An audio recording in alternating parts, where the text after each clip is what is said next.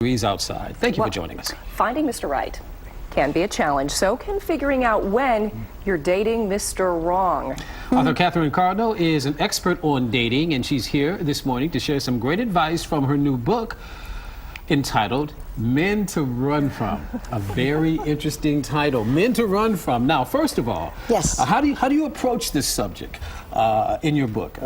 Well, the way I approach it is how the idea came to me. I was paging through the book, the National Audubon Society's Field Guide to Birds, and in this book they have a picture of a bird, what it looks like, what it sounds like, its mating habits, and what you can expect from its behavior. And I said, oh my God, this is a dating guide for men in the bird category. Oh my goodness. So I divided men up into species, and in each section I have 4 parts. Their personality, which is what they look and sound like, their attractiveness, why we're drawn to them, the challenges you'll surely face if you're with this guy, and things to do if you want to try to work it out. All right, so let's cover some of them. The first one that we picked out, the golden boy. Ah, yes. This man is certain that he is a prince and expects to be treated as such. He's been raised to believe that he is special, and that means that he is the most special, more special than you are.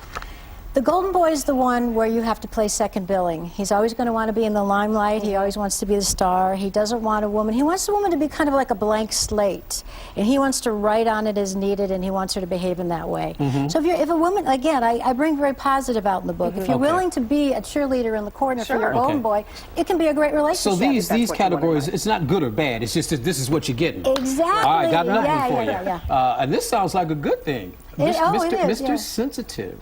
Mr. Sensitive is one of the best catches because a lot of times if a woman is very alpha and very strong, a sensitive male will be perfect for her. I cite the case in the book of the woman who is a doctor, very strong, and her guy's very sensitive. He brings her tea in the morning. What do you mean by, being sensitive, having more in tune to his female side kind of thing? Exactly. His female side in Jungian psychology is very well developed. So if you have a woman whose male side is very well developed, having a sensitive male can be a very good thing. Okay. All right, let's talk about number 10. Come here, go away guy. What does this mean? Oh, this guy, I call him the meat grinder. Gee. Okay, what does that mean? I had to be very blunt. This guy is not necessarily one you can work it out with. He's the one that's going like this, and then he's the one that's going like this. So this is the guy that's hot on the pursuit. He's into the hunt. Yeah, and he wants to know he can conquer, and then when the woman starts to reciprocate, then he backs her off. He goes, whoa, gotta go. Yeah. So he's all dressed up and nowhere to go. So what should somebody do if they're in a committed relationship already with someone like this? Or can you even get in a committed relationship with a guy that's doing like that? The come here, go away guy is tough. But let's say it's one of the other ones, because many of these men, believe me, are very committable. They are capable of commitment. If you are with one of these guys, in each section, for each chapter, I have helpful hints. Okay, so you're with this guy. Maybe he's a great dad, but he has all these other things. Here are helpful hints to bring out the best in him. Because everybody's got a good side. Now, is there one type of guy that's better than the others that in your mind? Well, the ones I want to talk about, first of all, that are usually guys to run from are the bullies, the substance abuser, and the loose cannon, which is the rageaholic. Why would people be attracted to these people? They're attracted to them because either A, they have a really good front, or B, the woman has some kind of belief system in herself that that's all she deserves to have. Okay. Now, who are the best guys? The best guys, I would say... sensitive is good. Sensitive is good. The salesman I talk about, because the salesman... What's the salesman? So you brought up a new one. What's the salesman? The salesman is the guy who always has a story. He always has something he's been... On a mild side, I actually have a salesman meter. On the one side, he's the guy who just likes to tell tall tales. Oh, I caught this great fish, and I'm so cool. But he's a good guy. But he can be a very good guy. He's just a little insecure.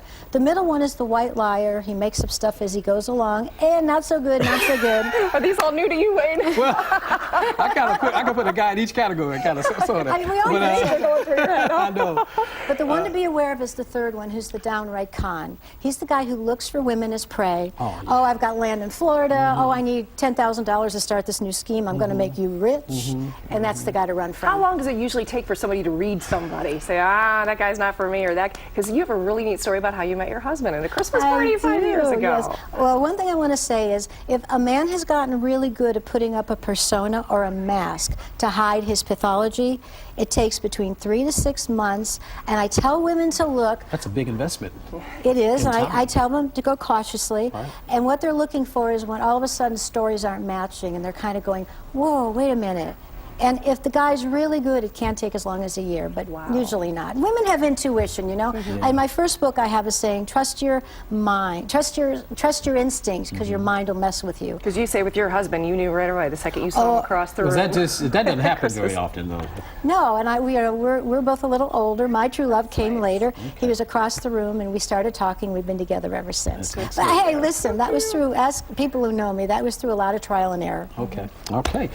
Catherine, thank you. Sounds like an interesting book. It really is. Very witty and funny, too. Thank you. And you can find more information on her book, Men to Run From, on our website, fox8.com.